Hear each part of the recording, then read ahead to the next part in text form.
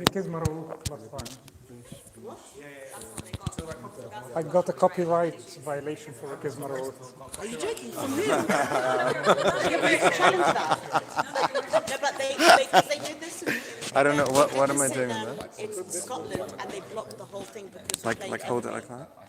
Hold it like they that? blocked the video. Huh? It's not about profiting. You have to. The minute you put anything, It's copyright material. it's copyright material, and you're putting it on a. Rick Marul. Who owns that right? Saint Athanasius. He's chilling. Is that copyrighting God? So I think just stop it at each worship time. Sorry. Okay. In the name of the Father, Son, and the Holy Spirit, one Lord. Amen.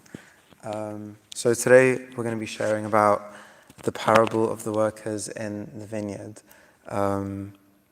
So let's read, first of all. So it's in Matthew chapter 20, and it's the first, I think, 13 verses.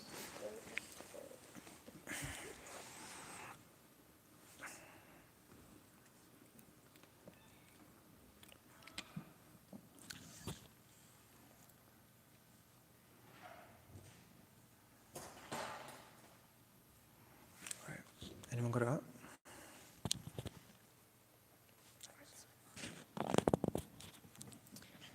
For the kingdom of heaven is like a landowner who went out early in the morning to hire laborers for his vineyard. Now when he had agreed with the laborers for a denarius a day, he sent them into his vineyard. And he went out about the third hour and saw others standing idle in the marketplace, and said to them, "You also go into the vineyard, and whatever is right I will give you." So they went. And he went out about the 6th and 9th hour, and did likewise. And about the 11th hour he went out and found others standing idle, and said to them, "Why have you been standing here idle all day?"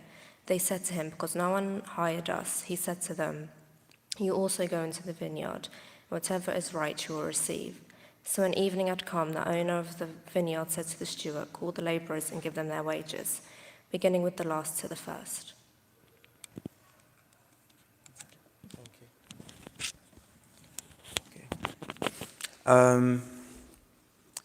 So the story's pretty straightforward. So we've got these workers who basically get hired. They're almost slaves in a way. They go to the market in the heat of the day, and someone comes by and he picks them up and he says, like, "I'm going to choose you and you're going to work for me today." And then he ends up kind of like going to people at different times of the day and asking them to come and join and help him in his field. And then last minute he goes to these people at the 11th hour and he asks them to come and help him out. And he does. And then he ends up paying everyone equally. Everyone gets the same wage. So what's like your initial reaction to that? What does everyone think about that? Huh? It's not fair. Anyone else? Huh? What'd you say? FCA needs to get involved. FCA needs to get involved. Rhonda, where you at? What else? How do you feel about this? Who do you see yourself in this story when we read it? The person that's been working the most. Okay, all right. So the person that's been working the most. See, Anyone? I'm the opposite. I'd say I probably got hired on the 11th hour. Why? I'm lazy. I'm a lazy guy. I like to I like to hold back and, you know, leave things last minute. Sweat out all these famous. No, just I prefer to hold back and work when I have to work rather than when I should work. Okay, so you're kind of resonating with them because you can often choose to be a last minute person, and they were kind of like the last minute people. Why did you say? Similarly. I'm just a very last minute person. So why did you pick people like this? Because usually I'm the person that will have to work so much to get the same result. Like, I'm not one of those people that can revise the day before and get 100%. Like, I'll have to put a lot of effort in, and we can come out with the same result as someone that's... I'm not saying that I'm a harder worker, it just takes me more time and more effort to do stuff. Anyone else got any other thoughts on this? Like, what does it tell you about Jesus?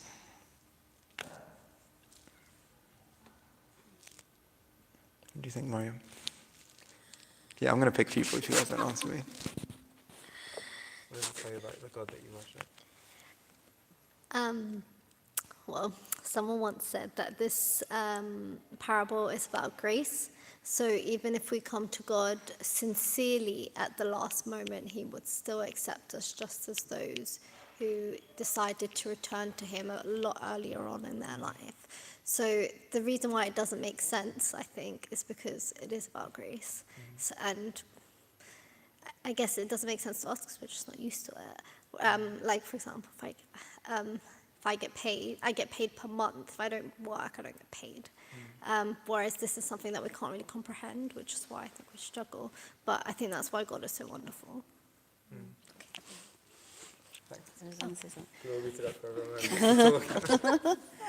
I really like that the last people were like, they were idle. Like, it means that they weren't even looking for work. And then he asked them, what are you doing? And he's like, well, no one asked us.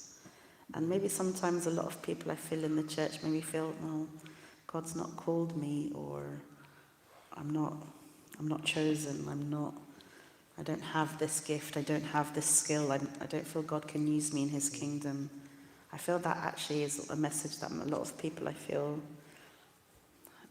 for themselves, but actually God is calling. He's like, well, I'm calling you now, and you don't have to be qualified labourer. Like, he didn't ask them, what's your skill set, or are you good at labouring? He just said, well, do you want to work? And then they jumped at the chance and they came. So I feel God is really he's not, he doesn't have a set skill, job requirement, or he's not asking people to have any certain skills to be called for the kingdom. He's calling everybody, and we shouldn't keep the kingdom just for people in the church. Sorry. The kingdom is for everyone in the world. So that resonated with me. It's about the chosen. Someone once told me my saying, he said, God doesn't choose the qualified. Wait. Qualified and choose. Have you? There's a video. Just on that point, someone once told me my saying is that God doesn't choose the qualified, he qualifies the chosen. That's it. I like that. Thanks. Sorry, you're going to be my mic person. Yeah, I mean, when I was reading up on this, I kind of went to Bunatad Rasmalati and I read up his commentary. And what stood out to me was quite different from what I kept reading. So I'll share with you what a lot of the symbolism behind this is, but then I'm going to ignore it. And we'll kind of go another direction. But essentially, he was saying, obviously, the clear example that we know from this is the Jews and the Gentiles, right? So we know that, all the workers of the 1st until the 9th hour represent the Jews, and then in the 11th hour, it's the Gentiles. And for the Jews, it's the different stages of their interaction with God. So you've got, I think it was Adam, Noah, and then the prophets, something like that.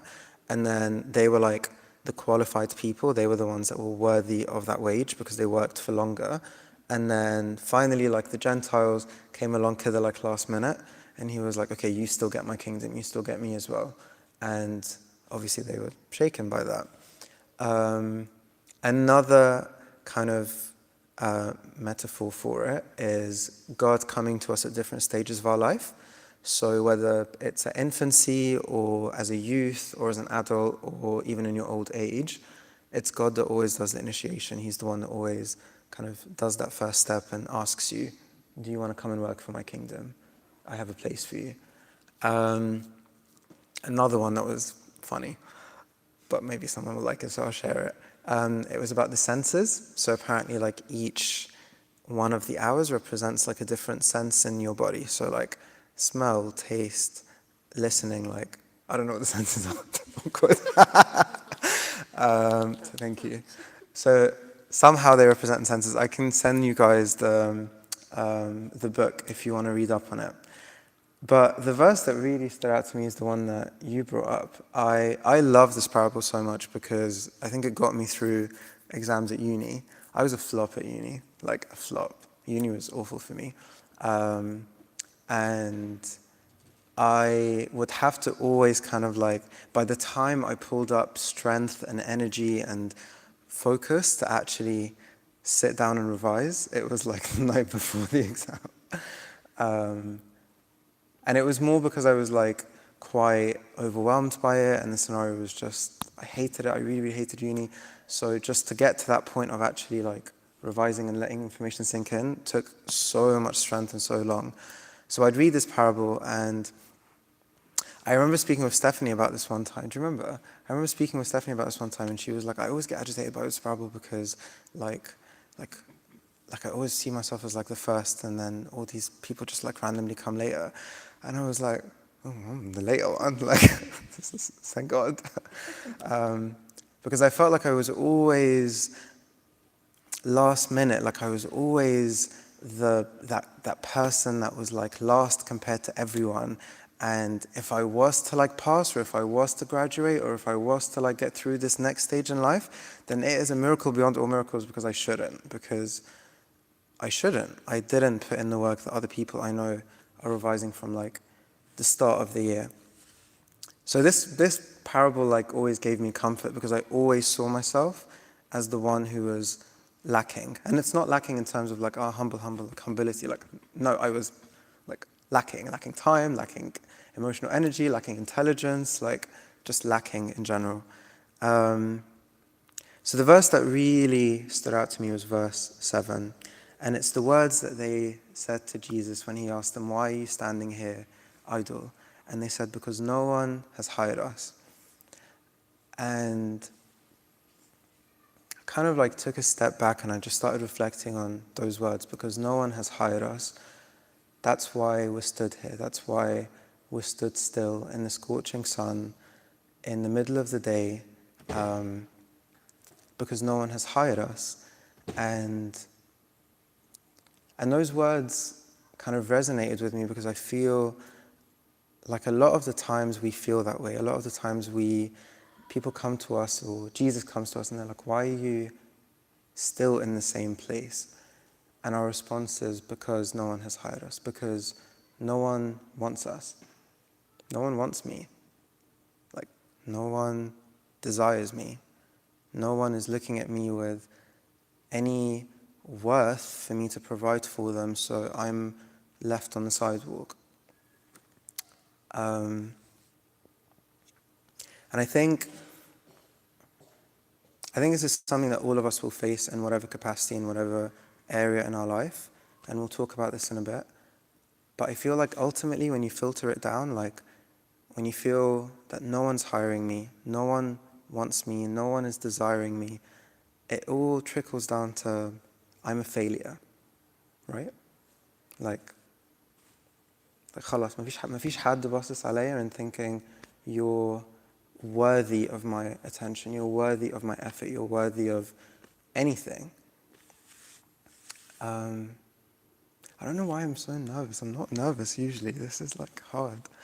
But it's because I want to be honest and real with you guys and raw. It made me think of like back in the day in school. I was brought up in Egypt, and I came here when I was 8 years old.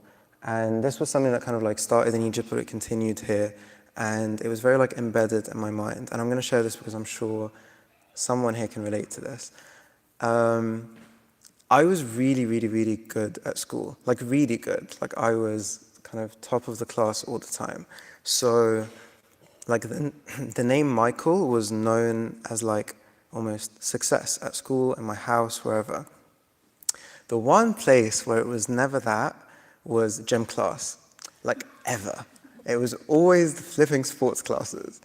And in my head, like, I would always be like, I don't really care about this. You're all stupid anyway. Like, I don't, like, who cares about gym teacher? Like, I just didn't care. But I was also, I feel like a big part of me didn't care because I was really bad. I was just really, really, really bad. And when I was thinking of these people, these workers who, like, bear in mind context, these people would basically, they're not slaves, but they need jobs. So they would wake up early in the morning, stand there in the scorching sun, waiting for people to come past them and handpick them and say, okay, I'm going to use you, you, you, and you to come and work for me, right? And they'd been there until the 11th hour. Oh, I should have Googled what the 11th hour was. Pretty late in the day, like maybe let's say 5 p.m., right? Okay, cool. So they'd been there like the whole day, and they'd seen people that started where they were, who had gotten picked, who had gotten chosen, who had been good enough, and they still stood there. And it just made me think of like a really silly example, but you know when you're in like gym class or when you're in sports class, and like those teachers always pick the two leaders to pick the teams, right? And I remember in those days, like, my heart would sink every single time that would happen, because I knew it was going to happen. I knew. In every other class, I was Michael. Like, Michael. In that class, I was the one that was stuck next to, like, the kid that couldn't walk. And I was, like, last choice, like, final choice, 11th hour choice. And it really stuck with me, like it really, like even till today, like sometimes it nips at me and I have to like present that insecurity to God, like, it's okay, no, like I know that I'm really, really good at other stuff, like I don't need to feel like I'm not good enough when it comes to this one stupid area in my life, like I'm going to give it to you and I'm going to believe.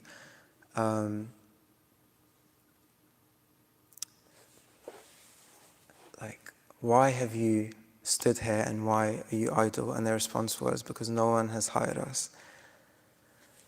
And I feel like this could mean so many things for so many of us. Like, it doesn't have to be a silly gym class. It can be the context of the story, like unemployment. Like, I'm the only one that's not hired out of all my friends. We graduated at the same time, we got the same grades, we are told that we're as intelligent as each other. My mum is telling me that I'm more intelligent than this person even. But why you stood here? Because I'm not hired. Because no one has hired me. No one's looked at me and thought that I'm worthy. It could even be like other stuff that we don't realize bugs us. Like being the only person maybe that doesn't come from a super spiritual family. Right? I was thinking about this the other day. Like a lot of us come from families that are brought up in the church and have really like embedded what God means to us from home. And then there's other people that don't have that. And you could look at it and be like, I'm lacking, like I'm left behind. There's something that's making me less than other people around me. There's something that's making me beneath people around me. I'm like the 11th hour, right? Because everyone has come from this family of like, let's go like Tasbihah, let's go Ashaya, let's go to liturgy from like the beginning. And I'm here like I'm the only one, not me, but like I'm just saying, I'm the only one that is coming to liturgy and making an effort when my family like won't even fast for Lent. It could be like singleness, right? Like we're Egyptian, this is like all we love to talk about.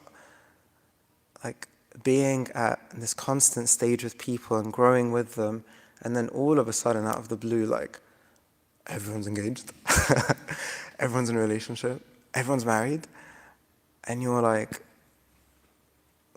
when did I get left behind? When did I become the one that stood in the scorching sun and everyone else got picked but me? When did I become the kid in the gym class that is getting picked last?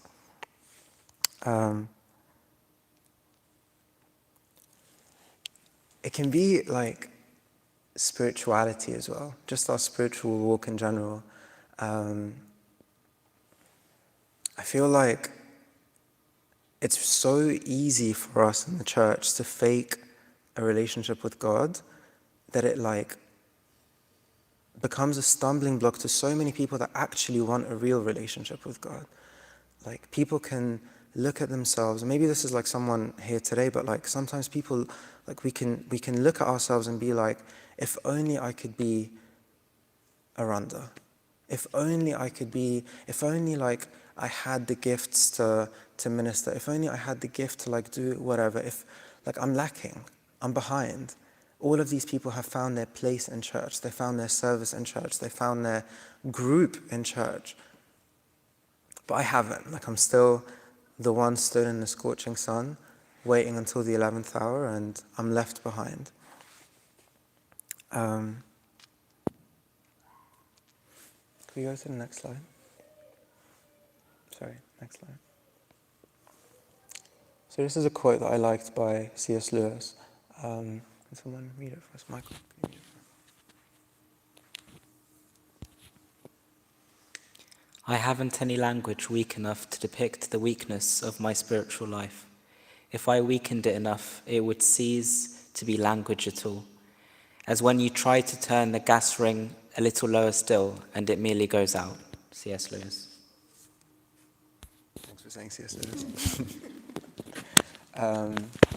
I really like this quote because I felt like it kind of communicated what I'm trying to say. Like sometimes you feel so weak in one specific area, maybe it's in multiple areas, that one more little nudge or one more comment or one more comparison, and you know that you're that flame that's about to like khalas, like you're about to be extinguished. From one more thing, if someone probes you at it. For me, for the longest time, it was just this obsessive idea with success. I was at uni, I hated my course, I'm seeing all my friends like progress, I'm seeing all my friends get to that next stage, and I'm just going backwards and backwards and backwards and backwards. And then people are starting to graduate and I'm repeating years, and people are passing exams and I'm still repeating the same module, and people are like getting firsts, and I'm like, if I'm happy to just escape with like sanity. I don't even want to pass, I just want to like escape.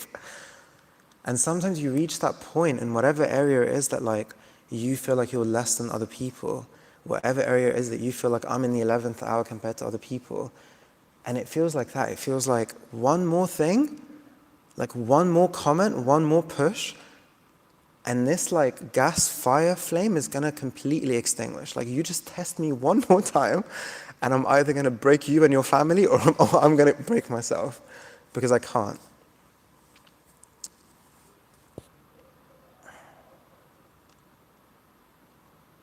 How do you guys feel about what I'm sharing? Does it resonate with anyone?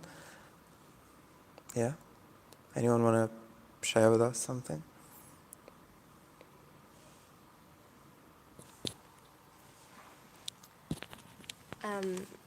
So I don't know if this relates, but I've been listening to a series by Borna Anthony called The Waiting Room, and it's all about basically like unanswered prayer. And when you were talking, it kind of felt like that. Like sometimes when you're standing around and you see everyone else either progressing or getting on with what they need to get on with, and you're kind of just stood there like, well, like I feel like you're saying it from the aspect of I don't really know my purpose, or what I want isn't coming, like with the career, with the singleness, with the service. And I think sometimes we stand there and we're like, but I want this stuff and I've prayed about this stuff, but it's not happening, regardless of how much I try, or not even how much, like, I think sometimes we stand there and we're like, but why is it happening? Like, why is everyone else being chosen except me? And I think sometimes that can kind of make us feel like either God is angry at us, or God is not choosing us for a certain reason, or God is putting me here because he doesn't care. Like, all these thoughts start to enter our mind, like, this is happening because of me, because I'm lacking something. And what Abuna Anthony was saying, which was really interesting, is God is never angry, he's never silent, and he's never apathetic, like he's never not caring. There is a reason that the point is you're stood there, like God created you. So you're stood there. Yes, you're not doing what the other workers are doing, but there's a reason for you being there. And sometimes it's painful, but Abuna Anthony was likening it to St. Paul when he had the thorn in his flesh. And God was so, we all know like St. Paul, he's like the giant. And God was telling him, I'm going to use you to literally like bring Christian, like make me known among everyone, like sending him to Rome and all these places, whilst all the time having like this awful pain, to the pain, like the pain was debilitating to the point where it affected him in every way. And sometimes we can be in certain stages of pain because, I feel like I'm rambling a bit now, but because we're stood in the waiting room and we're like, what is the reason behind this? I need to finish the series to like conclude this. But I don't think, just because we think we're idle, God does not see us in that way. The point is, he created us for a reason. And just because right now all you can see is silence, well, I say silence like that, God is never silent, but what we perceive as silent in that season, it doesn't mean God isn't constantly working in our lives, basically. Yeah, sorry for the tangent. Anyone else want to share? Has anyone else felt like you've been that person in the 11th hour? No? Anyone here? Okay. So when I was kind of thinking about all this, two people popped in my head, and they were Gideon and Moses. So just a quick verse from Gideon. Sorry, I put it on my phone. When God chose Gideon to lead the Israelites and conquer Moabites? Was it the Moabites at the time? I don't know, the bad guys at the time. Gideon was like a nobody. Like he really viewed himself as really, really, really lacking. And a big part of that was because he came from the tribe of Benjamin, right? It was Benjamin, wasn't it? Yeah. Which was like the least of the least of the least of the tribes. Like he recognized... Midianites, not Moabites. I knew it was M. And a big part of that was because he came from a household that he knew wasn't like a Hagar. Like it wasn't a Hagar. It was, didn't have money, didn't have status, didn't have anything. So, and he was young. So like compared to other people, he was like, there were so many 11th hour moments for him where it was like, I'm insufficient. There are people who have gone ahead of me. There are people who are more qualified. There are people who you can pick. And there are people who have been chosen for other stuff. Why are you coming to me? And he actually said to God, but how can I save Israel? My clan is the weakest in Manasseh, and I am the least in my family.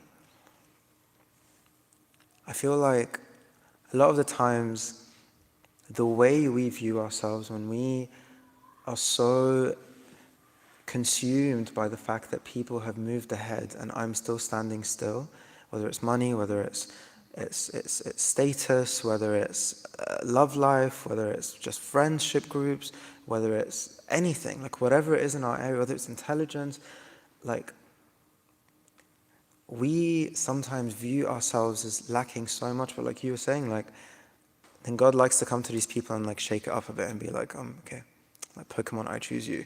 Pikachu, I choose you. Because you don't realize that I can use you. Could we pull up really quickly, just Exodus chapter 4, 1 to 13, just to see how Moses responded to God when he was asking him to minister?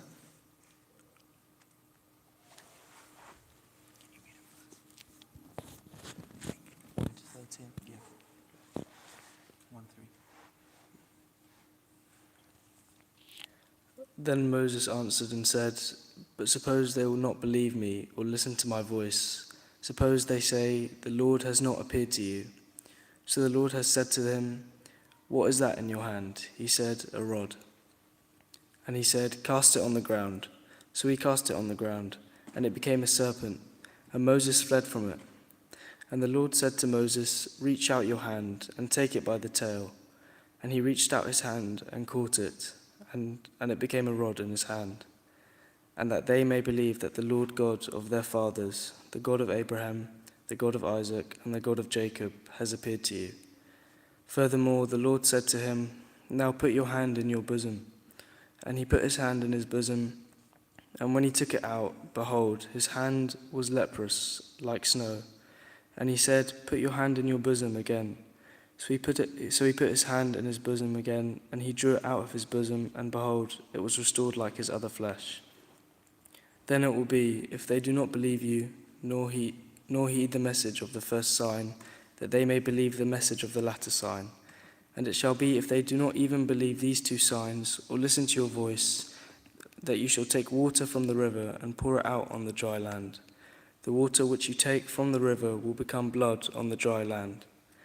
Then Moses said to the Lord, "O my Lord, I am not eloquent, neither before nor since you have spoken to your servant, but I am slow of speech and slow of tongue."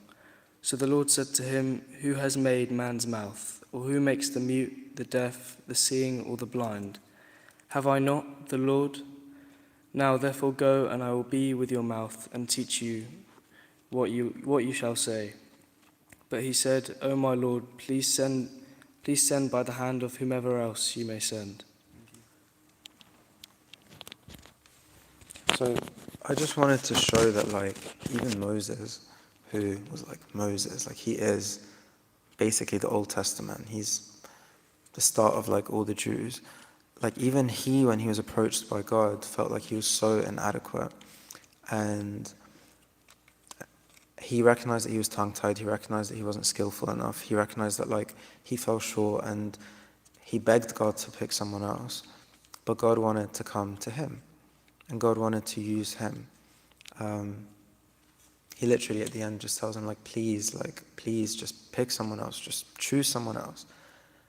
And I just want us to reflect. So passing around post-it notes now. I want you guys to reflect on however many areas you want to think about where you feel like you lack compared to other people, where you are that person who's standing in the scorching sun waiting to be picked but hasn't been picked yet.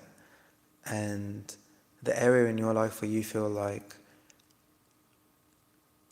I wish you would just accelerate it. I wish you would just move it so I could match everyone around me. Because right now I feel like I haven't been picked yet. Right now I feel like no one has hired me. No one has chosen me.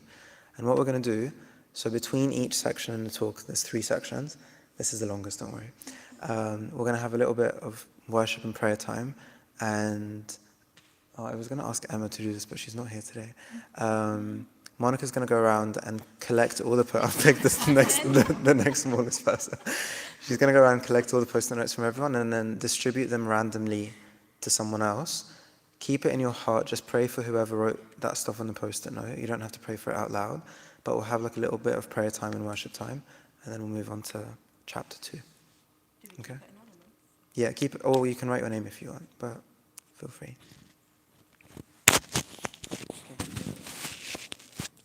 So write down your area that you feel you're in the 11th hour in, and it's going to get passed to someone else, and we'll pray. We'll have a little prayer time now, and just have that paper in your hand and pray for the person that's written whatever they have in their hands.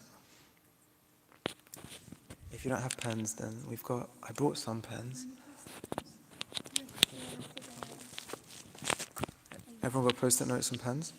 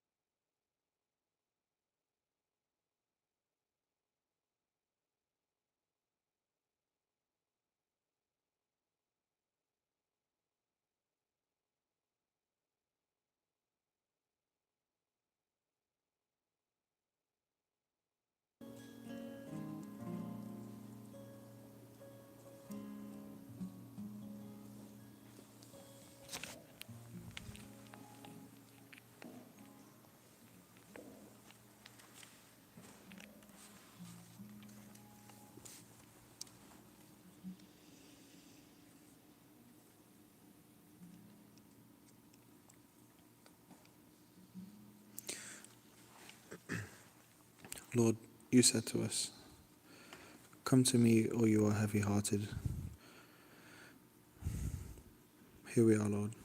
We present ourselves before you, Lord. We see our weaknesses before us.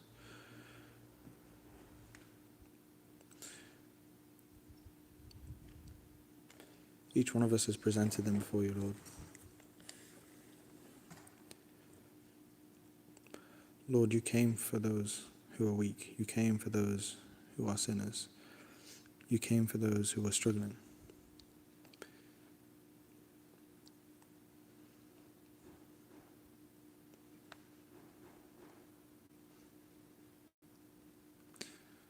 Come, Lord, and change our weakness into strength, as you have done so many times before, as we have heard in the examples.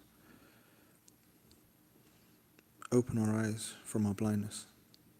Heal our withered limbs. Undo our paralysis. You are the true physician.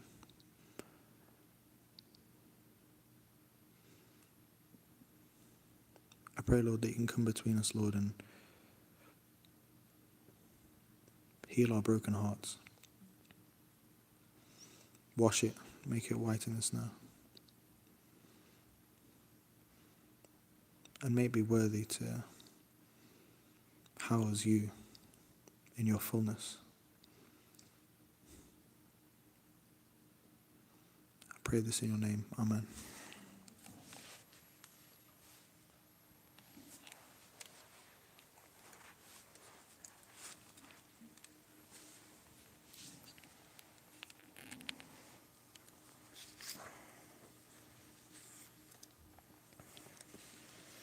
Okay, so we spoke about because no one has hired me.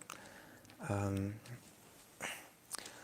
I carried on reading, I felt like usually the logical step in the talk is to kind of go that way, like towards the chapter, like you progress towards it. But I actually felt like I was hearing this message, and then I wanted to know like where this message came from. Like, how did God bring that answer out of the workers? So I went one step back, and if we can go to the next slide. And it was the question that he asked them, and he said, "Why have you been standing here all day long doing nothing?"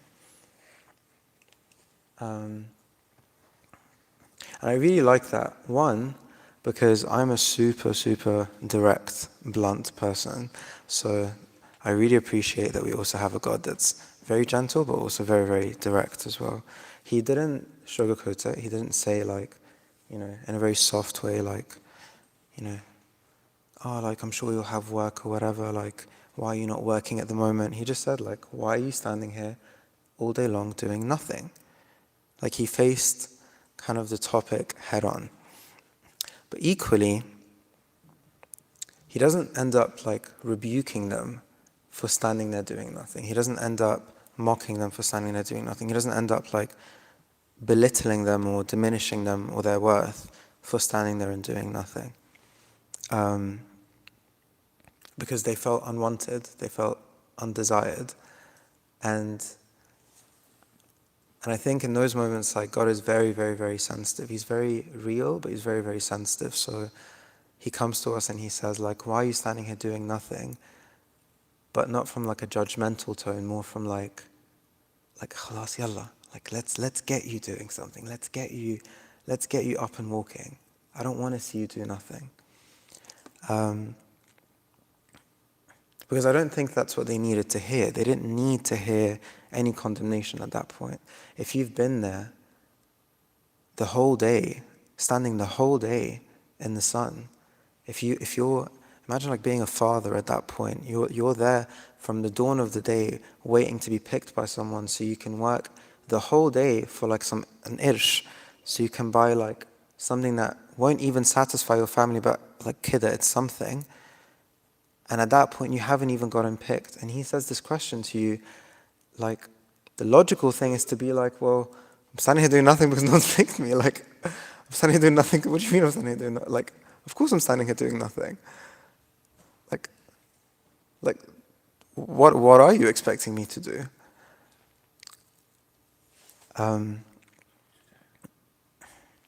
I feel like sometimes, and this is the message that I got from this bit, sometimes God asks us this question when we are falling behind and when we are stood still, when everyone else is accelerating, everyone else has hopped on the train and I'm still stood on the platform. And sometimes he asks us that question so we can face ourselves and so we can just look at him and be like, I need you. Like, I really, really, really, really need you. And essentially, to me, when they said because no one has hired us, I imagine logically, like this is just Michael's logic, don't take my word for it, but he went out multiple times to go and select people, so they might have seen him, right? They might have seen this man come and pick people from beside them. So maybe like when they said because no one has hired us, it was almost like longing, right? It was almost like we recognize that you have the power because no one has hired us, like almost like please hire us, please move this along. But there had to be that like need for him. And I think sometimes we forget to like really be intertwined with God until we need God. When my uni Araf finished finally, and I knew that I was going to graduate, actually, like somehow graduate decently. I was so happy because I was like, I'm finally going to know what it's like to really love God, like joyful. Like I'm actually going to be like happy when I'm talking about like career and success and whatever. And it was a really, really like easy time in my life. Like those couple of months after, like found a job almost immediately in a completely different industry, left demonic pharmacy. I'm sorry if you're still in that field. Like it was very, very smooth, very easy. And I was like, oh my God, God is so good. God is really here with me. Like God is really standing with me. And then I no longer needed God, like at all. I was in this new job in media. Life was cushy. I was getting free breakfast at work. What's that? I was wearing jeans at work. What's that? Like, I was having all these things that I'd said to God while I was at uni, like I almost dreamt of as being unattainable. And he gave them to me on a platter and he was like, everything is before your eyes now. And all of a sudden I didn't need him because I had everything that I wanted. And it was so difficult to come to God. It was so difficult to come to any meeting, to come to any service, to talk to any Christian friends, to want to be edified, to need a prayer meeting, to want to come to some. It was beyond difficult. I look at people that have their life together and still come to God, and I'm like, how? Like, truly, how do you do that? Because I couldn't. Sometimes we need God. We need to have an area that's lacking for us to be like, I need you, and I'm going to spend time with you, and I'm going to pray, and I'm going to persevere, and I'm going to surround myself by the body, and I'm going to serve, and I'm going to really pour myself out because I need you, because I'm lacking. I think he asked them that question because he wanted them, and he wants us tonight to like face ourselves and be like, I need you. I need you to come and bridge the gap that I can see is formed between me and where I should be. I need you to come and catch me up, maybe not by like the world's standards, but by what I know you've called me to be. If you've called me to be righteous and I can see that I'm still like in the pig swine, I need you to come and fill that gap.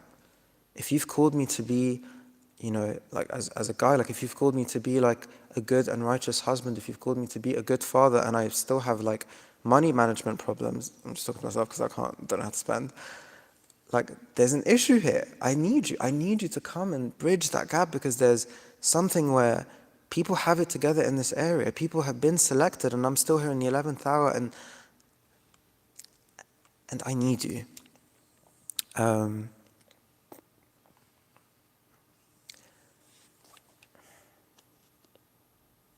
feel like sometimes it takes having an area where we're lacking and where we can see others excelling in, for us to kind of cry out to him and be open with him and accept the fact that we're not God. And just accept the fact that, like, though I've got this and this and this and this and this and this together, there's this one giant area in my life that is still a struggle, that is still not where it's meant to be. And I think that almost like puts us in check. It makes us realize you're not God.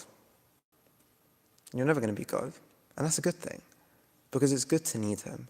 And it's good to come to him and say, I'm lacking and I need you to fill me. And it's good to come up to him and say, I'm struggling, and I actually every time I take 2 steps forward, I take like 7,000 steps back. Because that's the one area where he steps in and he's like, my grace is sufficient in your weakness. My grace covers you. My grace, like you said from the start, you basically gave the talk, like it's all about grace.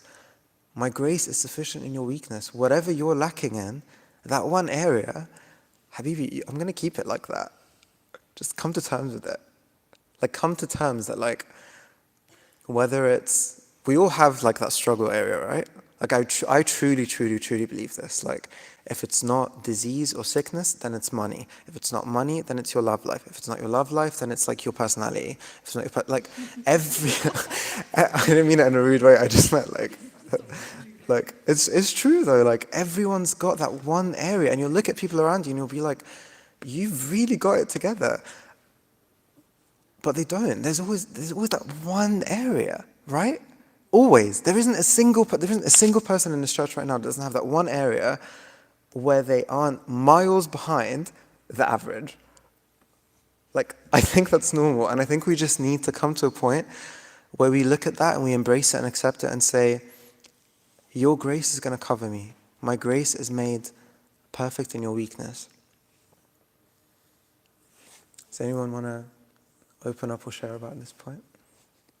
Has anyone ever felt that God has like kind of bridged that gap for them, or God has stepped in and covered them with his grace when it came to an area where you were lacking?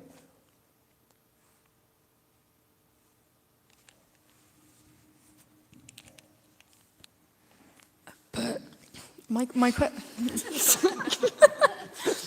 You're lacking your voice. But my question is, it's all good enough saying with these huge insecurities that everyone has in their life. It's all good saying, oh, God's grace is enough, but how do you truly like overcome it? Kind of more on the practical side, because I'm a very practical person. How do you truly accept and like truly believe, other than saying God's grace, God's grace? But What do you think? that's why I'm asking. What do you think?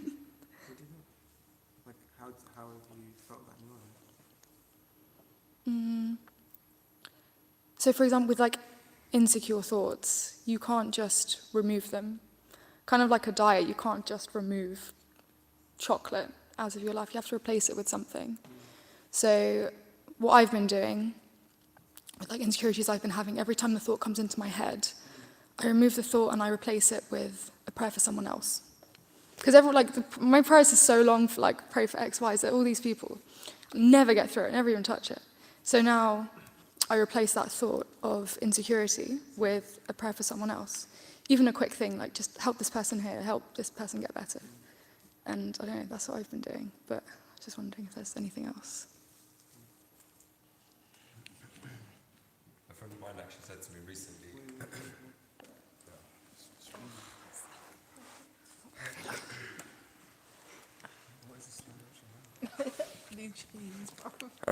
a friend of mine recently said something to me that we know this, right? He said, you were given the power to literally say, away with you, Satan. And you were given that power. You have that right. When you have a thought like that and you know it's bad, you can literally just demand that thought to leave, and you replace it with, you said you need to replace it. I think that comes down to different people will have different ways of going about it. I think if you need to replace it, fine, you replace it with whatever it is you need to. For me personally, I don't replace the thought, I just move on. Okay, I've had that thought, away with you, Satan. What's next? What's the next thought? Where do I go from here? And again, I think it kind of relates back to the story where if you're going to stand there and wait for someone to come and sort of pull you away without doing anything yourself, you're not taking that step yourself to actively, like in this situation, actively go and look for a job or voice when another employer is coming and he's hiring and you're just stood there. If you don't take an active step in the nicest way possible, what good are you? Like, what are you doing? You have been given the power, you have been given the free will, you have been given everything that you need to be better. Why aren't you?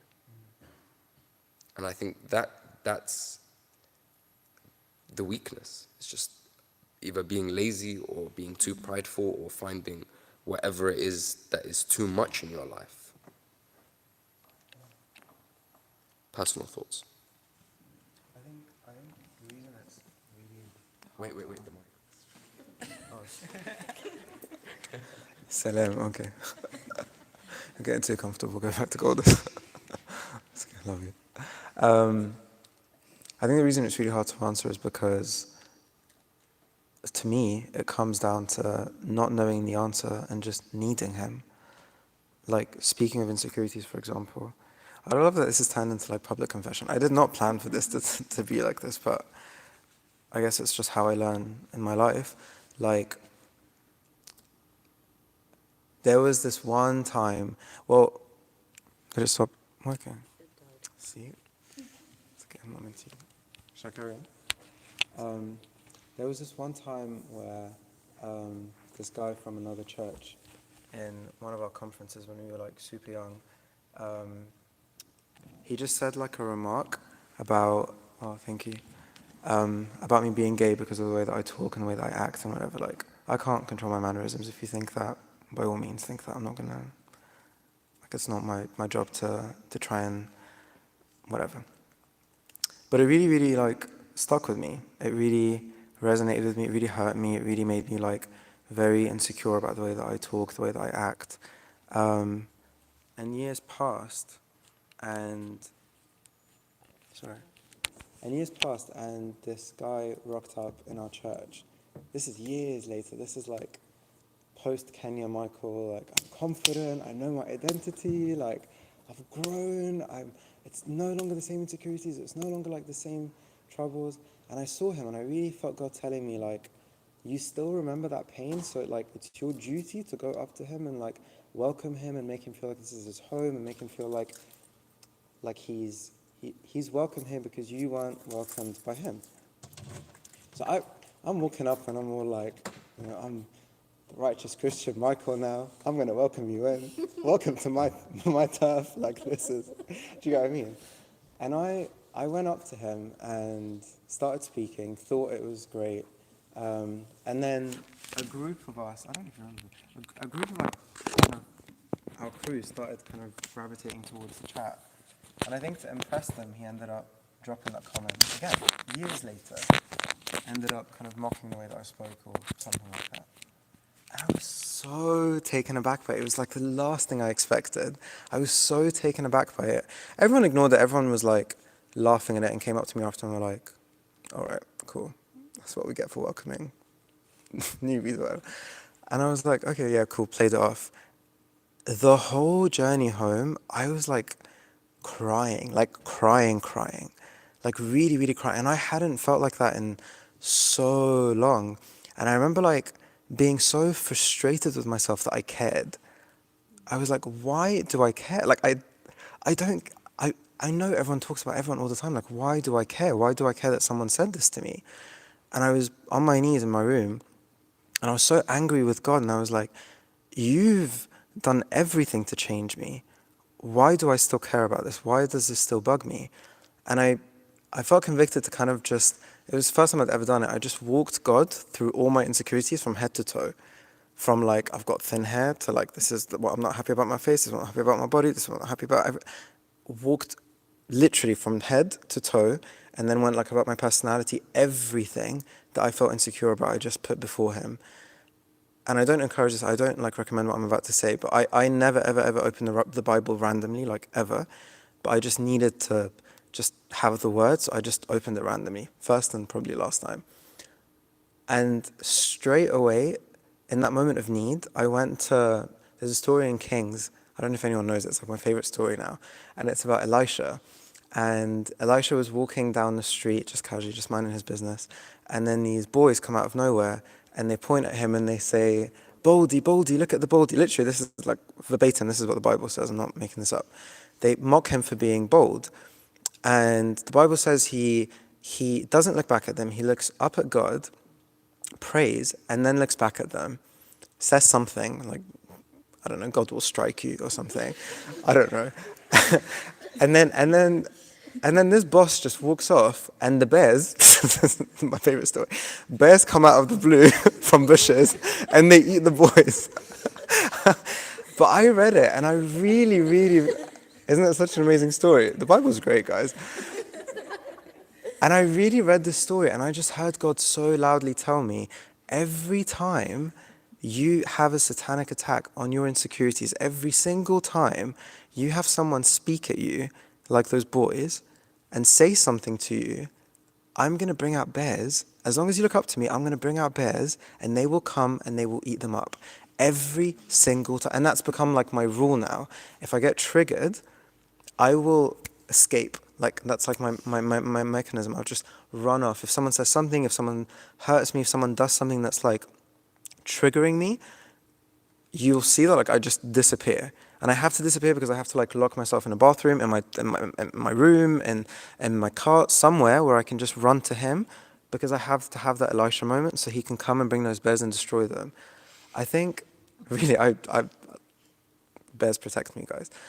I need that. I don't know how God like works for each of us, but I think the most practical thing I can say is to acknowledge our need for him, to acknowledge the fact that in those areas where we're lacking, there is a huge need, there's a huge hole that we can't fill, that we've tried to fill time and time again, and it will never, ever, ever be filled. And if it's not that hole, he's going to bring another hole, and if it's not that hole, then something else is going to pop up.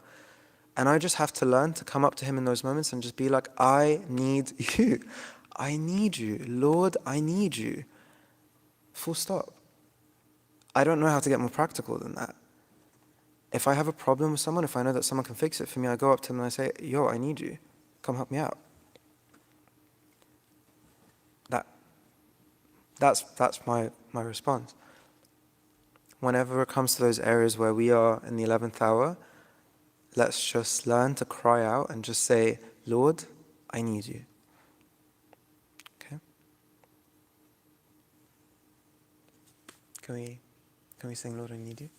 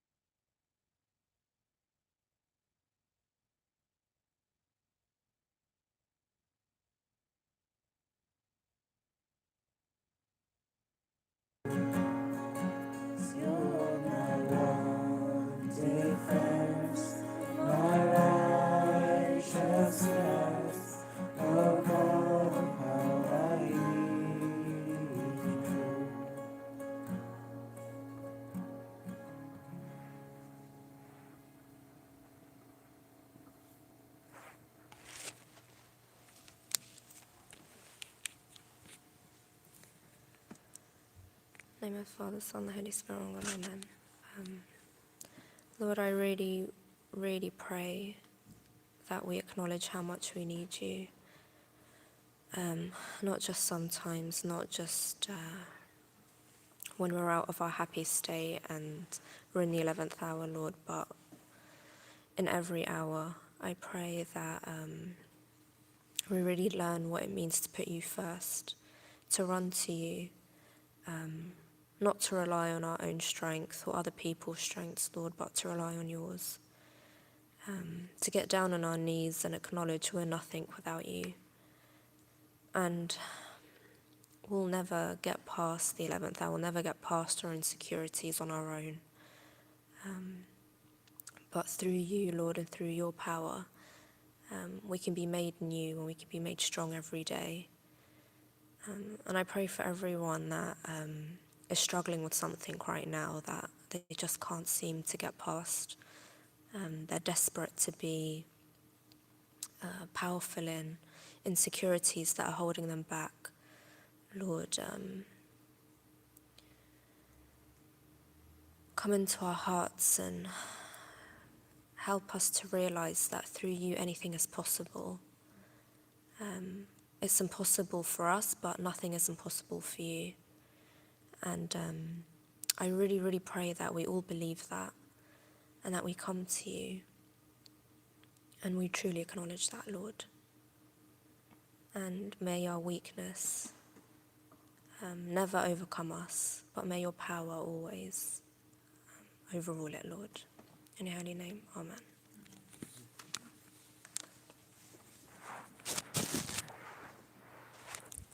Sorry, I feel like I've taken up your whole night. I'm going to be quick. So the last part, the part that I wanted to share at the end. Go next slide, please. Next one. The one after. So it's what Jesus told one of the workers of the earlier hours when they came up to him and confronted him and said, like, why are we getting paid the same? And he says to him, I want to give the one who was hired last the same as I gave you. And I think, just in conclusion, like, this is the God that we worship. This is the God that we're here for. This is what he's like. He's the God that sees our shortcomings and sees that we've labored, even if it's in the final hours. He's the God that brings in the right-hand thief and brings him to paradise. Probably, I was thinking about this, like, the right-hand thief might have gone into, like, paradise before even, like, David the prophet. Because, I mean, I don't know how timing works, but by the time he would have gone down to Hades to, like, get David, like, I was thinking, like, he might have gone in before, like, not even at the same time, like, but, like, before the people that had lived their entire lives, like, for God. Like, this is the God that we worship, guys. This is the God that we're here right now, like, for in church. He's the God that, one, calls us to work in his field. I don't think he needed people at this point. Do you know what I mean? Like, khalas, like, it was like, what, half an hour of work, an hour of work.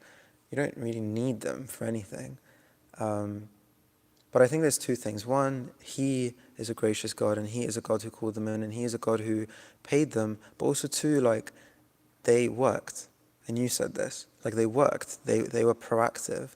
They, in that 1 hour, still put in their effort. In that 1 hour, still were excited to be used by him. Were excited to not be complacent, to not sit around and kind of, like, be joyful about the fact that, oh, I don't have to work because everyone else has done it.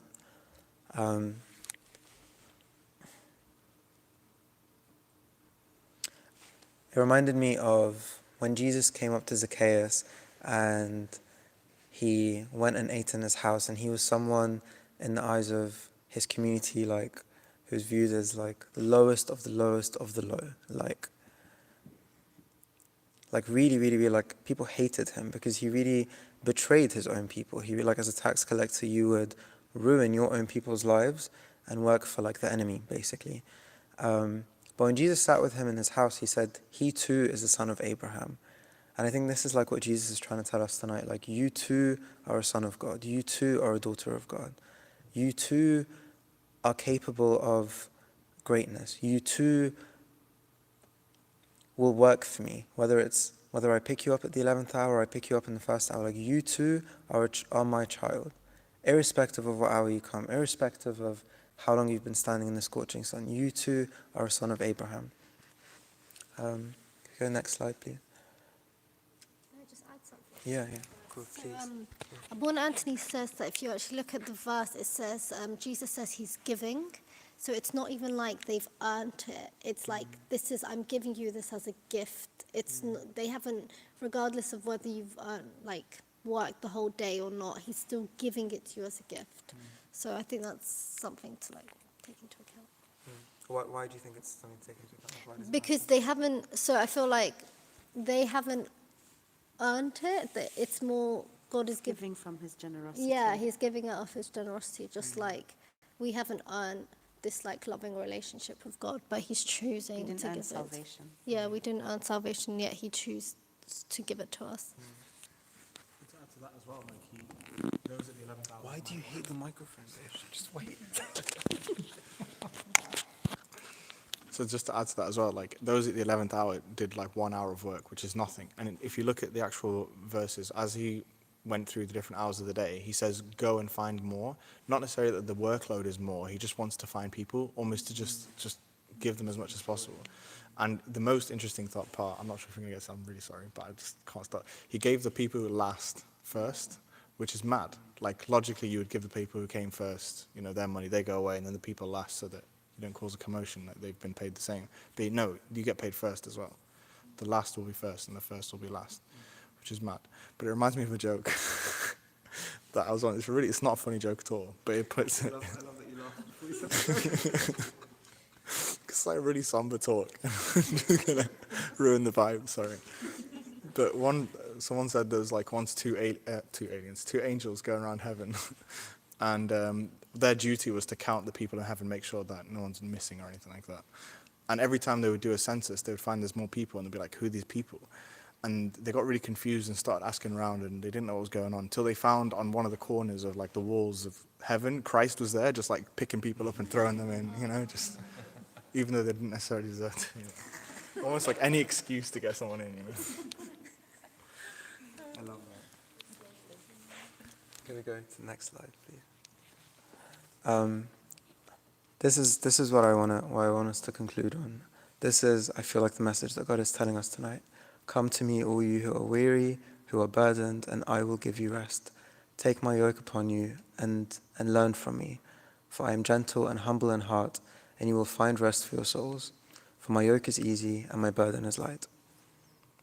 You have an invitation tonight to come to God, to lay before him everything that's kept you in the 11th hour, and to walk away feeling light, to walk away feeling powerful, to walk away knowing that you are a son of Abraham, you are a son of the Most High King, a daughter of the Most High King. If we could stand up for prayer, and while we're praying, I'm just letting you know now so you don't kind of ruin the mood in prayer. We'll read out the story. I'm going to ask people to read out the story of St. Mary of Egypt. And I don't know if you guys know her story, but she's incredible. Her story is amazing. Why are you looking at me like that? Did I do something wrong? Oh, okay, I thought I did something wrong. She was when we say lacking, she was lacking to another degree. And you'll see in the story how much she was lacking. And God completely turned that around, completely made her from being a source of darkness to being the biggest source of light ever, ever. So as we read the story, while we're praying and worshiping and stuff, just reflect on it and think in your life, not just sins, we're not talking about just sins here, but what's keeping me in the 11th hour? Where am I standing and saying, it's because no one's hired me yet? And then come to the realization and accept that God is saying, I've got you. I'm going to hire you tonight. Just come to me. Okay? Can we stand up for prayer?